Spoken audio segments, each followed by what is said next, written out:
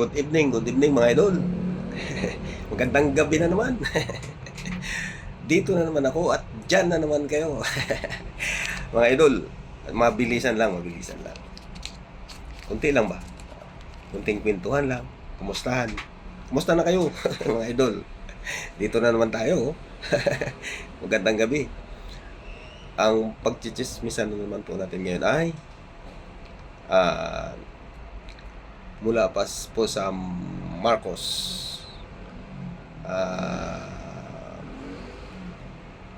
Marcos 6 mga talata 30 hanggang 34 verse 30 to 34. Yan ang pagpapakain sa 5,000, no? Pero hanggang doon lang po yun sa 34 30 to 34. Mahaba po yun eh, no? Pero pinutol, no? Hanggang doon lang sa ano ba tawag doon? Sinabi ni Jesus doon sa bandang huli ay naawa siya, naabag siya, no, sa dami ng tao, na para bagang sila ay walang tawag dito, walang pastol, no? Kaya siya ay tinuruan niya, no, yung mga tao, pinangaralan niya yung mga tao, tinuruan niya ng mga mararaming bagay, mga bagay-bagay. Yan, no, kasi nga parang walang pastol, no? Parang hindi lang parang, kundi parang nakikita niya na habang siya sa dami ng tao ay parang walang pastol. Ayan, no? Kaya nga doon sa una, no, sa unang talata na ito sa Mark 6:30 ay bumalik ang kanyang mga alagad, bumalik sa kanya para magsulit o para ano ba to? Parang mag-report ng kanilang mga kanilang ginawa. Dahil yun ay pag-report nga, no?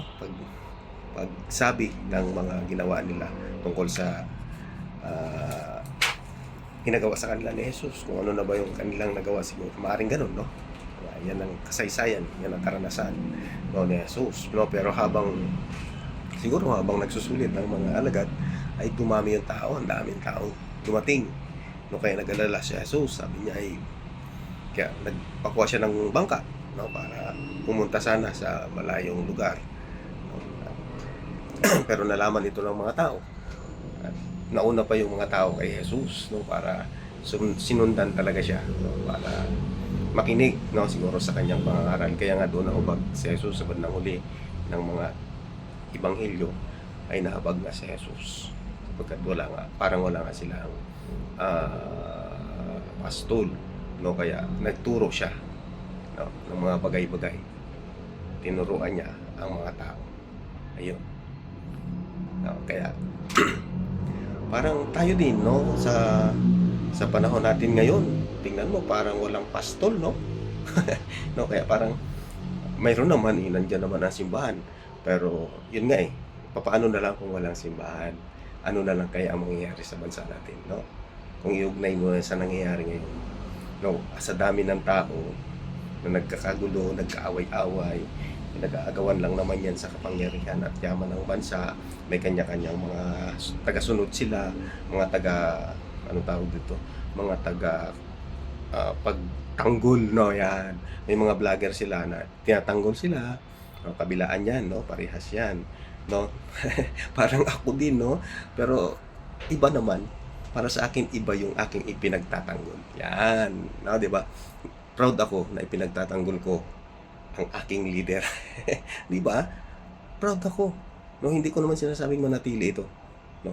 Kung sana noong 22 election ay pinanalo, pagtapos ng 6 na taon, palit. Sino ba dapat? Risa Hontiveros o kaya Trillanes, yan, no? Basta ang tatanggol natin ay yung makatotohanan ng paglilingkod. Yan, 'di ba? No, ibig sabihin ay parang kung titingnan natin sa dami ng nangyayari sa ating bansa ngayon, para silang mga walang pastol, 'di ba? No, ang gulo-gulo, no? Pero sa kabila ng mabutihan, nandiyan ang simbahan. Ay kung wala ang simbahan, ano na lang kaya? Kera na siguro, gulo-gulo na, no? No, pero nandiyan pa rin nanatiling nangangaral ang simbahan. Kaya nga ang simbahan ay nagtuturo, 'di ba? Nagtuturo, nahahabag ang simbahan, no, sa mga nangyayari na 'yan. No, kaya nga dahil sa pagkahabag ng simbahan ay binabali yung sinasabing huwag makialam ang simbahan. Ano man, bingi-bingihan na lang, hmm? No? Magbibingi-bingihan na lamang ba kahit na ganyan na ang nangyayari sa bansa natin? Hindi naman gano'n po puwede 'yun, no?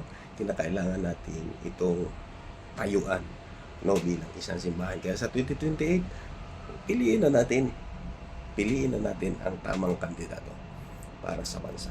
At pagkatapos ng 6 na taon at ipalit ulit natin yung mga matitino talaga na magkakasama yan sila.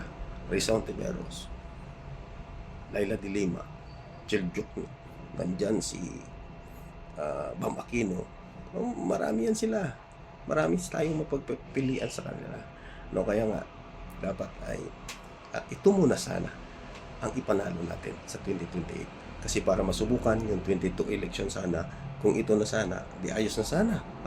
Sana yung kanyang vice, yan ang magiging presidente ngayon. Pero wala hindi niya sinusunod, no, ang salita ng Diyos. Ayaw sundin ang kalooban ng Diyos na sana'y maglingkod at hindi pinaglilingkuran.